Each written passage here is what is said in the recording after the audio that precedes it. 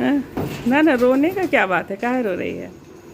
इतना ज़्यादा चुप करा रही हूँ लेकिन ये चुप होने का नाम ही नहीं ले रही है, जबकि सबसे समझदार मेरी यही बहन है और हमको हर चीज़ में समझाती है, देखो तुम रो मत। लेकिन आज पता नहीं क्या हो गया है इसको, रोए जा रही है रोए जा रही है और इसको समझाना बहुत मुश्किल है। और एक एक साड़ी ले ले करके ना एकदम हाथ से देख रही है। हम लोग जब भी मायके जाते हैं ना तो मम्मी का ही साड़ी पहनते हैं। जब मेरी मम्मी थी भी तब भी हम लोग कभी ऐसा नहीं होता था कि हम लोग साड़ी बस बक्सा में लेके गए, बस मम्मी का ही साड़ी पहनते थे। और एक एक साड़ी देख करके रोते जा रही है रोते जा रही है। इसको चुप कराना आज मेरे लिए बहुत मुश्किल हो गया।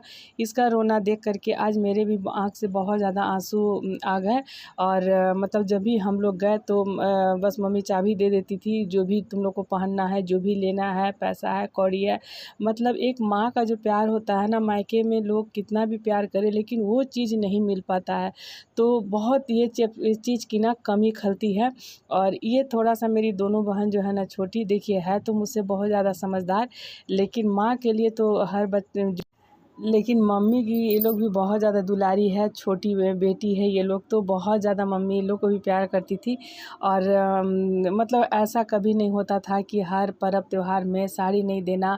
मार्केट जा करके हम लोग के लिए, हमारे बच्चों के लिए ले करके आती थी। और बहुत स्मार्ट थी मेरी मम्मी। और अभी गए हुए ज़्यादा दिन भी नहीं हुआ है तो बहुत याद आता है। जब भी हम लोग मायके जाते हैं ना तो हर कोना में लगता है कि मम्मी जैसे बुला रही है।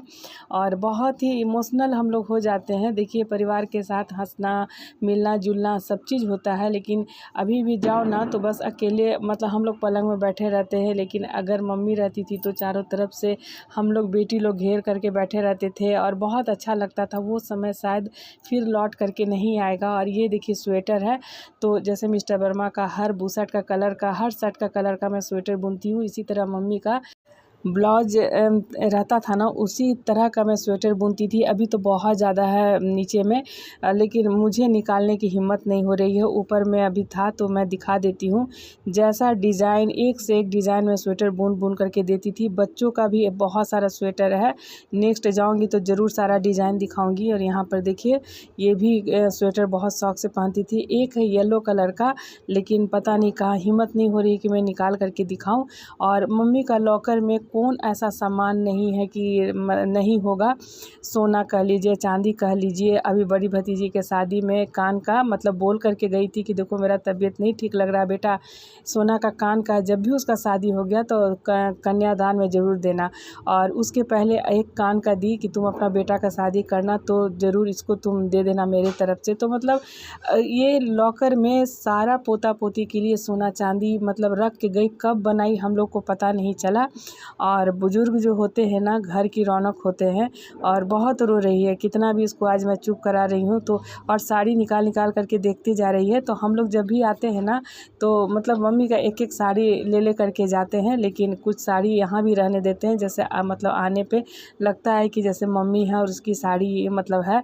और मम्मी को काला साड़ी से बहुत ज़्यादा लगाव था, काला साड़ी की बहुत प्रेमी थी।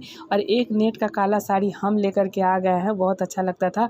और मेरे यहाँ ना पूजा पाठ ज़्यादा होता है तो ये शगुन का नारियल देखिए मैं बनाई हूँ, इसकी वीडियो में भी मैं आप लोग के साथ शेयर की हूँ। और ये रीयूज चीज़ों से मैं ये थाली बनाई हूँ, राखी थाली, कि जब भी हम लोग आए ना तो बस लॉकर में मम्मी का रहे और हम लोग जल्दी से निकाल करके और जो भी मतलब फेस्टिवल होता है तो उसमें निकाल लें। और ये शगुन का नारियल मम्मी बोलती थी कि तुम तो इतना DIY करती हो, तो एक मेरा शगुन का नारियल बना करके गोदरेज में भी रख दो, बहुत अच्छा लगता है। और ये जो गणेश जी सब जो है ना कागज़ का, वही निकाल के दी थी, तो वही हम निकाल के देख रहे हैं कि देखिए हमसे बनवा ली और अपने पता नहीं कहाँ चली गई।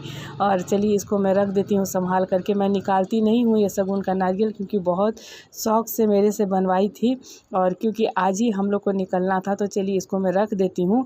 और बहुत सारा चीज़ है तो हम लोगों को देखिए इतना ज़्यादा मतलब ये हिम्मत नहीं है कि सब कुछ दिखाएं। जब वक्त आता है और जो चीज़ बोली है तो हम लोग निकाल करके ज़रूर दे देते हैं सबको।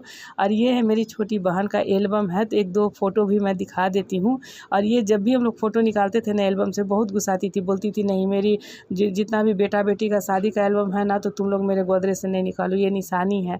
और ये छोटी बहन का देखिए ये शादी का है, तो इसका जो भी मेकअप है ना तो मैं ही की हूँ। और क्योंकि सब बहन का भतीजी का सब मेकअप मेरा ही रहता है, तो किसी दिन मैं मतलब अलग से दिखाऊंगी। और यहाँ पे देखिए मम्मी इसके साथ बैठी हुई है, तो ये सब पल जो है ना मतलब देख करके बहुत आँख में आंसू आता है। और ये देखिए हम, और यहाँ पर मिस्टर वर्मा है, तो मैं पिंक कलर का साड़ी ली थी इसके शादी में। और बहुत मेरी मम्मी बहुत सुंदर थी, बहुत स्मार्ट, और बहुत कम एज में चली गई। तो चलिए कोई नहीं, माँ बाप तो सबके मतलब एक दिन जाना ही है, लेकिन माँ बाप ही होते हैं, चाहे आप कितना भी एज क्यों ना हो जाए। लेकिन मायके के लिए बेटी जो होती है ना वो मतलब क्या बोलूँ, बहुत ही अनमोल धरोहर होती है। और घर में बुज़ुर्ग रहते हैं ना तो घर उसी से रौनक लगता है। लेकिन अब के समय में क्या है ना कि लोग बिल्कुल अकेले रहना चाहते हैं।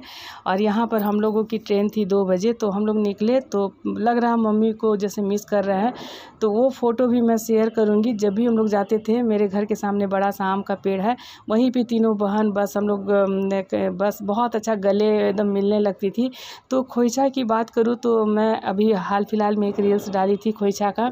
तो देखिए मम्मी के जाने के बाद मैं किसी से खोइचा नहीं लेती हूँ, जो बात सच है मैं आज तक नहीं लेती हूँ। खोइचा का मतलब है उस आदमी से लेना चाहिए जो जीवन के बहुत सारे मतलब ऊंचाइयों को छूता है और परिवार का कर्तव्य निभाता है, तभी उसका हक बनता है खोइचा देने का।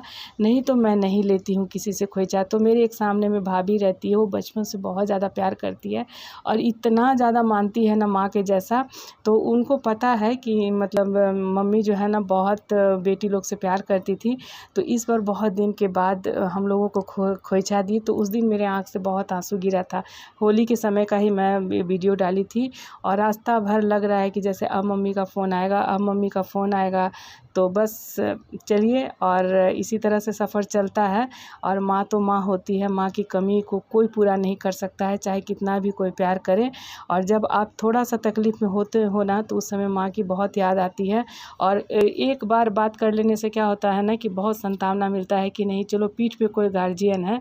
तो चलिए कल मिलती हूँ लंच थाली के साथ। बस एक छोटा सा एक इमोशनल ब्लॉग आपके साथ मैं आज शेयर की हूँ, क्योंकि आज थोड़ा सा मेरा मन भी उदास है, कभी कभी मन ही होता है।